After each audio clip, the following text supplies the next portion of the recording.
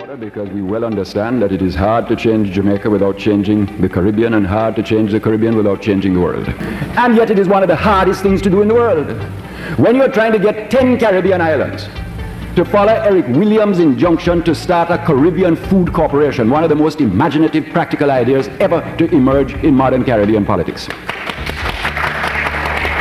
I wonder how much one realizes the formidable type of problem that you have to meet.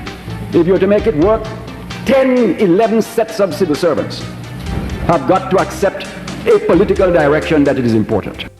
Michael Norman Manley, revolutionary socialist, 5-time husband, and one of the most electrifying speakers in Caribbean history. Rest in peace, but critics say a leader who doesn't put God first struggles with credibility and maybe with marriage too. Born into privilege, son of Jamaica's premier, he still championed radical change. It's a classic pattern. Often the rich kids become communists. Growing up in a fantasy world, too sheltered to understand what it really means to get it from the mud. Then imagine having the government slap taxes on your hard-earned business.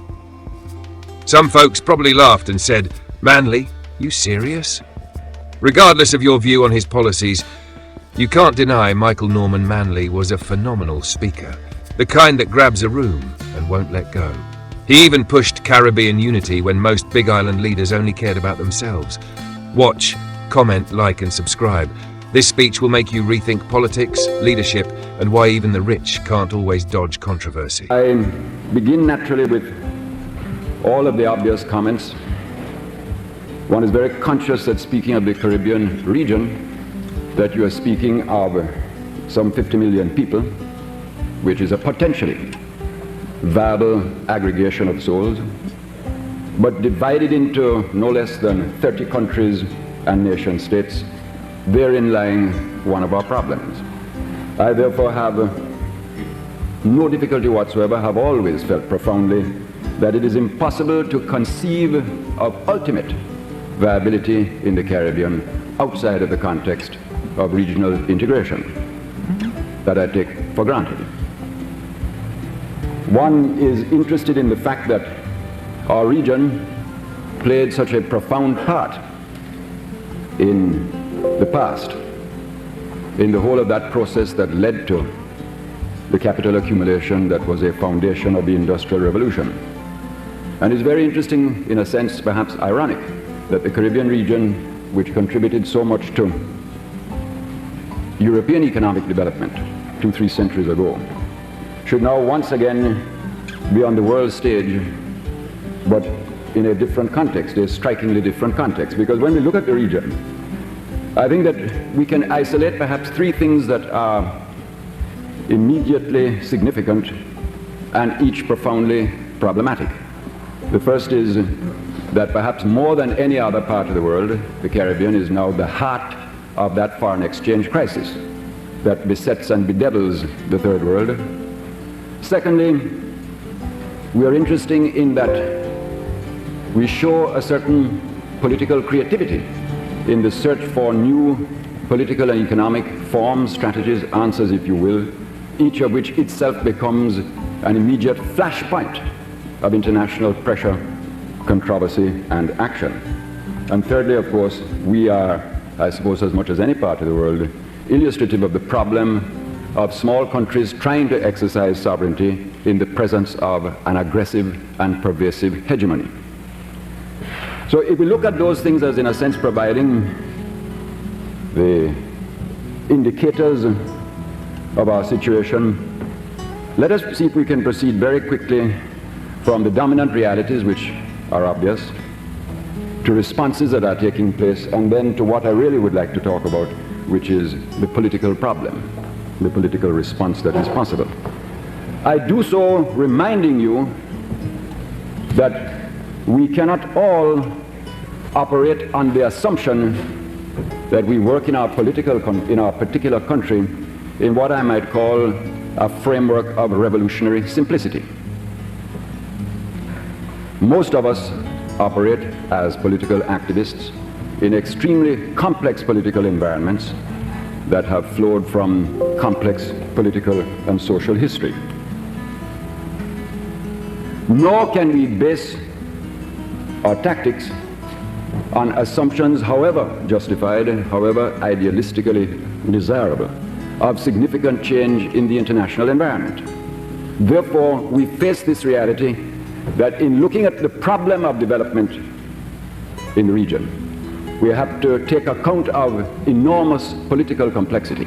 It is a reality with which we must deal, and we have to take into account a given international environment which is predominantly hostile to our interests and our possibilities. In fact, it was Lucille Mayer who spoke very eloquently on the nature of that hostility. What therefore do we in Jamaica, we in the People's National Party, what do we think are the realities with which we must deal? We are mostly cases of small economies. We almost all reflect that structural dependence which is the legacy of the long colonial experience. Without exception, the economies are deformed. All come to independence and are still proceeding on that path within the matrix of some form of dependent capitalism. There is therefore heavy dependence on external and unequal trade, heavy dependence on foreign capital, substantial foreign control in place. These are facts that I have no doubt have been amply re-ventilated at this conference. And what we see as the, you might say, the political environment in which we work is two clear trends of political activity which are present, of which we are a part and with which we must deal. We deal with a powerful neo-colonialist reality. That is the first trend. It is a reality that is comprised of the traditional oligarchies, the multinational corporations, very often the army, and very often those elements of what we can describe as popular groups, the masses sometimes called, who have come from colonialism in a considerable state of dependent psychology.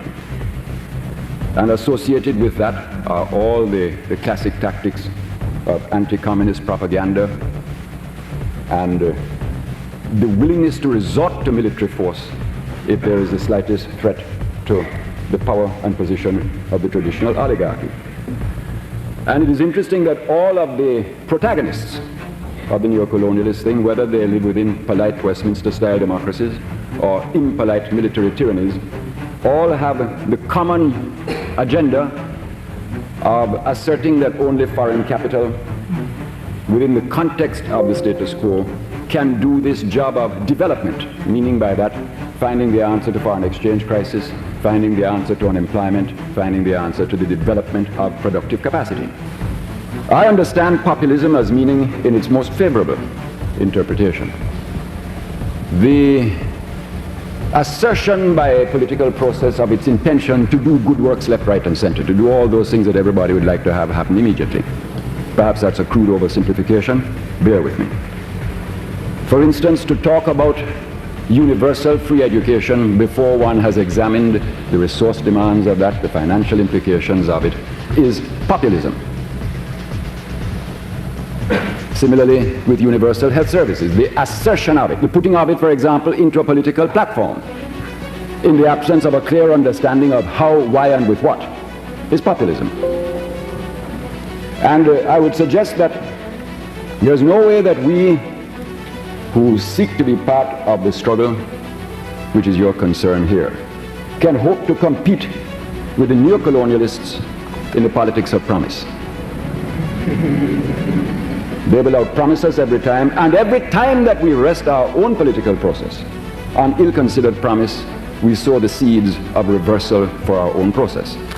Because when the hard realities have emerged after 3 years in office, and the promises are not met, nor in prospect of being met, what happens is you create a convulsive rejection, psychologically and otherwise, of the kind of program to which you are committed, and immediately a receptivity to the blandishments of the neo-colonialist who says if you're only on all wrong's good side, you'll get all the goodies that you need. And this path, therefore, demands, I suggest, a rigorous adherence to serious political education within the ranks of the political parties that are concerned, and I mean by political education, not merely saying that we would all like to have free education, but rather a political education that examines, first of all, the nature of colonial history, the nature of the world political system and how it operates, the nature of imperialism, the nature of colonialism, of neocolonialism, and the nature of budgets and how they are constructed, of national finance and how it is organized, so that at the simplest levels perhaps one begins to develop throughout a process cadres whose knowledge of their political environment is increasingly mature and sophisticated. Granted that this is at the heart of political work, serious political education, rather than populism or even sound political organization, which is also important. There has to be a rigorous adherence to the principles of mobilization. That is the development of the techniques for ensuring not only that people understand as best one can what are the challenges and difficulties, but have some idea of what is the part they can play in finding solutions and answers. And of course, if both political education and mobilization are to have meaning, then one has got to design institutions of participation that create genuine functioning links between party cadres, people in communities, and the decision-making process at both the party level, the national level, and the community level. It is true, I suppose, that up to a point when Mr. Manley says that the Caribbean is short of models. I might remind him that we're also, not in self-excuse, but that we're also a little short in historical experience. His own society has been at this for a couple of centuries longer than many of ours. Not too strong on participatory techniques itself, incidentally.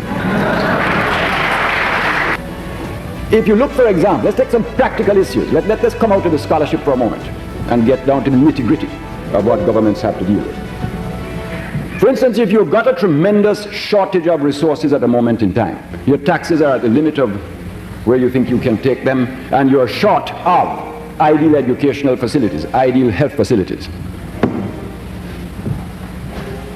The sort of answer that we have got to be able to find, if we are to maintain the credibility of the process and its ability, therefore, to pursue our chosen path, is you've got to surely find ways to mobilize communities to accept a self-reliant responsibility to make contribution even to things like the maintenance of school plant, to the condition of hospitals, not as a permanent condition, but as a way of mobilizing people to bridge the gap between, on the one hand, an absolute fiscal and budgetary responsibility which you cannot avoid, and on the other, the improvement of human facilities that are so important.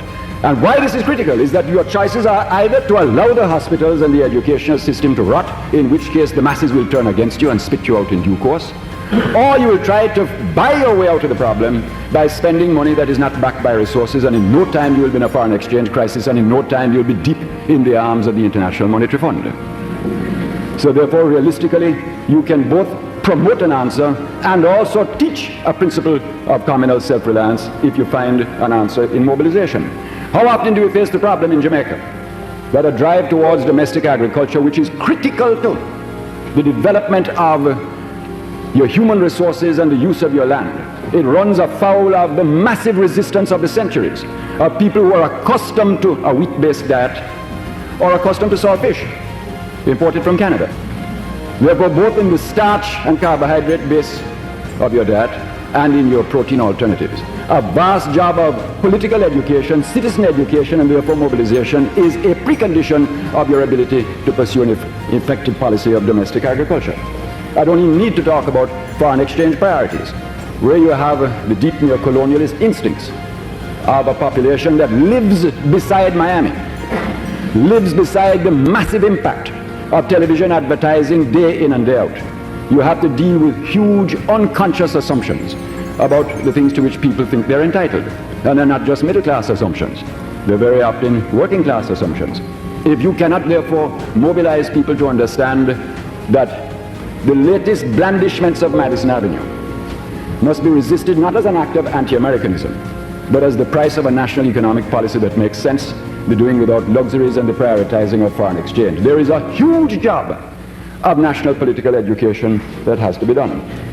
And so one could multiply the examples. And most importantly, when you talk about the regional integration movement and the importance of the development of the practical examples of common economic action, the development of incremental factors of production regionally by regional economic planning, that is the sort of thing that is delightfully the subject of scholarly rhetoric. Nobody can spout it better than me, and I'm not even a scholar. And yet it is one of the hardest things to do in the world. When you're trying to get 10 Caribbean islands to follow Eric Williams' injunction to start a Caribbean food corporation, one of the most imaginative, practical ideas ever to emerge in modern Caribbean politics. I wonder how much one realizes the formidable type of problem that you have to meet. If you're to make it work, 10, 11 sets of civil servants have got to accept a political direction that it is important. You've got to know that when the politicians cannot, let me start again. Let me go back to the politician. You first of all have to get 11 political directorates who understand why it is important. That's where the problem begins. But let us assume that we get past that. You then deal with the bureaucracy. And you deal with the fact that if 3 of those bureaucracies get caught up in an IMF crisis, then the limited talent in those 3 political and bureaucratic directorates are now distracted to find a solution. And yet if all 11 are not working equally quickly, a solution cannot be found. So what does all this mean? It means that there has to be the clearest understanding beyond the rhetoric of politics of the question why we will fail without regional integration, what it is that regional integration really demands when it comes off the drawing board of language and onto the drawing board of reality. What is the kind of bureaucratic commitment that is needed? What is the kind of political will that has to drive it? Well, these are the problems, and we have to meet them. In looking at the question of internal political processes with which I end, I can only say what we are trying to do, born of our experience in office, what we tried, and God knows we tried many things. The fact that we failed, which we cannot dispute, but let Mr. Manley be assured that failure is a setback, not a permanent defeat.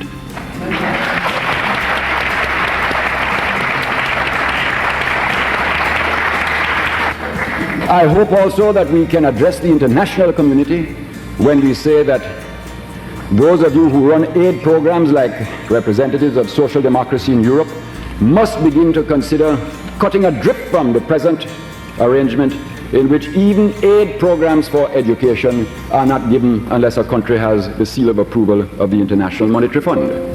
And one of the things that we are challenging social democracy to face is just that within the Socialist International.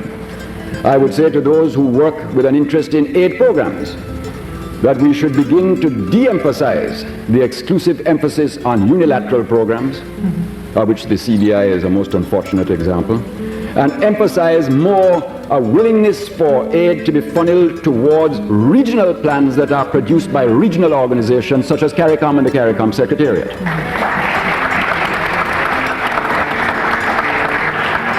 I hope that all of you will maintain the pressure for the new international economic order, because we well understand that it is hard to change Jamaica without changing the Caribbean and hard to change the Caribbean without changing the world.